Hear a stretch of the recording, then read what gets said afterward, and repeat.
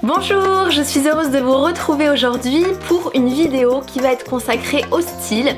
On va parler de mix and match, donc je vais vous expliquer 3 astuces à connaître pour bien mixer et matcher, c'est-à-dire faire en sorte de bien mélanger pour que vous n'ayez pas l'air d'être déguisé. Alors le mix matching, on en parle beaucoup, on le voit, vous le lisez beaucoup dans les magazines j'imagine. Alors est-ce que c'est une simple tendance du moment ou est-ce que c'est un réel atout style? À mon sens c'est vraiment un atout style parce que finalement le mix matching existe depuis que la mode existe. S'il n'y avait pas de mix matching, j'ai envie de dire que la mode serait terriblement ennuyeuse. Donc voilà, je pense que finalement c'est quelque chose que les créateurs ont toujours fait, de mix, matcher les éléments. Alors vous allez me dire, oui mais c'est quoi le mix and match? Alors oui, le mix and match, c'est cet art de créer du beau à partir d'éléments disparates. C'est-à-dire qu'on va essayer d'assembler en beauté des pièces qui sont disparates, qui n'étaient pas supposées aller ensemble, ou en tout cas que logiquement on n'aurait pas associé parce qu'ils relèvent de registres ou de catégories différentes. Donc c'est en gros assembler de façon harmonieuse des éléments discordants, que ce soit par la matière, par leur couleur, que ce soit par leurs imprimés ou encore tout simplement par leur style.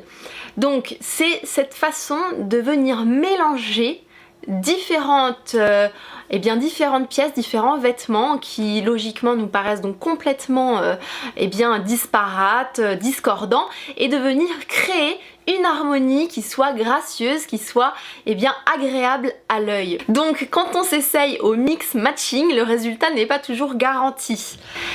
J'aime bien comparer ça à la cuisine. On peut mixer et foirer sa purée.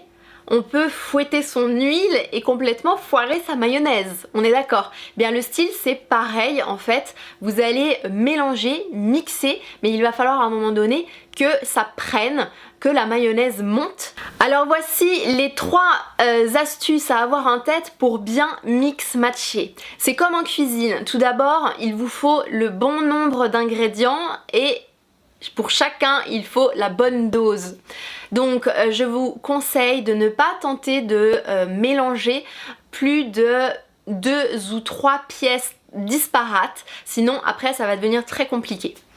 Deuxième chose, il vous faut trouver le liant, c'est-à-dire le point de raccord entre ces différentes pièces disparates.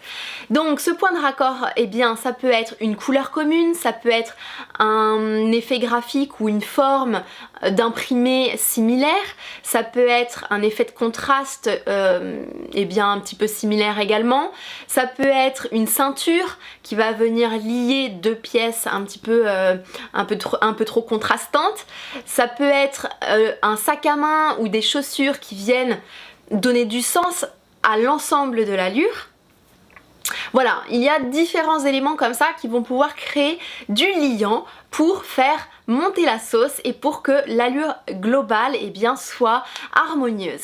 Enfin, troisième chose, il faut avoir une idée du résultat qu'on veut obtenir. On ne monte pas une mayonnaise sans savoir à quoi ressemble une mayonnaise. Donc évidemment, il vous faut un fil conducteur, il faut que vous sachiez où vous voulez aller.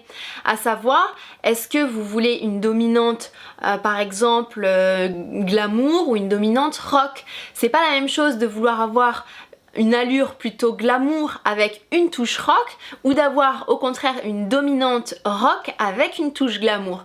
Donc essayez de voir dans quel sens vous voulez aller et quelle est la dominante que vous voulez en tout cas présenter dans votre look. Je vais donc vous donner 4 exemples de mix qui matchent, afin que ce soit un peu plus parlant pour vous par rapport à ces notions que je viens de vous expliquer. Alors par exemple ici la recette qui fonctionne bien, c'est une salopette plus une blouse romantique plus un sac de dame et des chaussures à talons.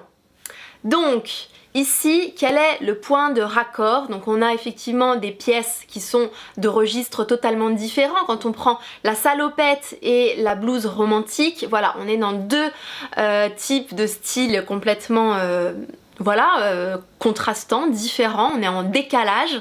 Et donc dans cette rupture de style, comment je vais créer du liant, comment je vais créer un point de raccord? Et bien là, ça va être le sac de dame et les chaussures à talons, justement parce que ça va donner pour l'allure d'ensemble une dominante qui va rester dans le féminin et le chic. On voit où on veut aller, on donne du sens à la tenue en fait générale. Deuxième exemple, la recette qui fonctionne très bien, c'est d'associer la jupe glitter, alors vraiment avec plein de sequins, la jupe qui brille, qui claque à mort, et vous l'associez à un pull en maille, un gros pull en laine d'hiver, voilà, qui fait plutôt campagnard. Et bien ça peut vraiment très bien marché. Et là, ici sur cette image, vous voyez le point de raccord ici, c'est la couleur commune. Il y a la même couleur en rappel entre le pull et les rayures gris foncé de la jupe.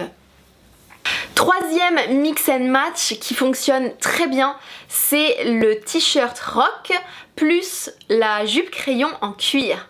Donc ici, le point de raccord de ces deux éléments, ça va être le noir, puisque là on a une couleur commune entre les deux pièces, mais ça va être aussi la minaudière et les chaussures à talons qui viennent donner un sens à l'allure globale avec une dominante qui reste dans le féminin et le chic.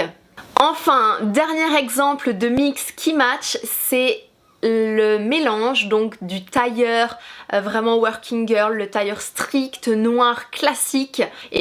Vous allez le mélanger à des pièces du registre très sport, presque négligé, voire teenager. Vous avez ici le t-shirt blanc très basique, très simple, avec les petites sneakers et le sac à dos, donc le sac à dos de ville.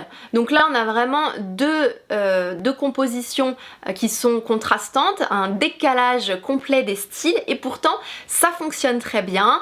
Donc ici les points de raccord sont le blanc. Bon, le noir et blanc de toute façon, à partir du moment où vous mixez que du noir et blanc, ça marche quand même assez facilement, donc là il n'y a pas de problème par rapport à ça. Et l'autre point de raccord, c'est tout simplement que les accessoires ici font tout, c'est-à-dire que les sneakers, le t-shirt blanc et le sac à dos qui justement a un côté très casual mais presque effectivement un petit peu teenager, ça vient donner une dominante dans le look qui est ici une dominante plutôt casual, sporty, plutôt qu'une dominante chic, glamour, féminine.